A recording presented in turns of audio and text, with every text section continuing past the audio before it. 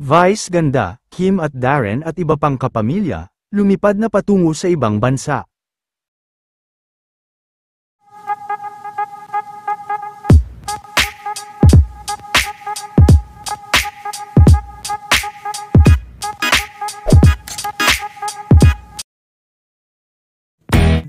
Matapos nga lang ang pagdating kanina nila Kim, Darren at iba pang kapamilya, ay nakarating na din nga sa airport si Vice kasama ang kanyang team para lumipad patungo sa ibang bansa.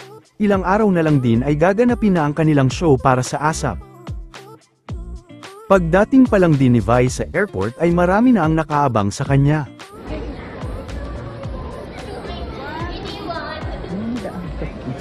Benene.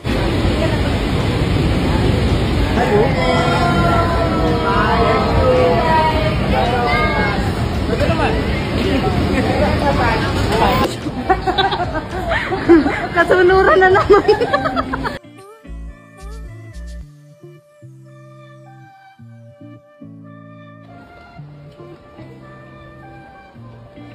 One, two, three.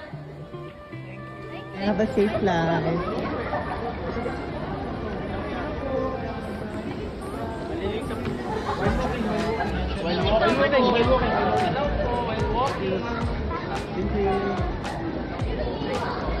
Simple naman ni Nene.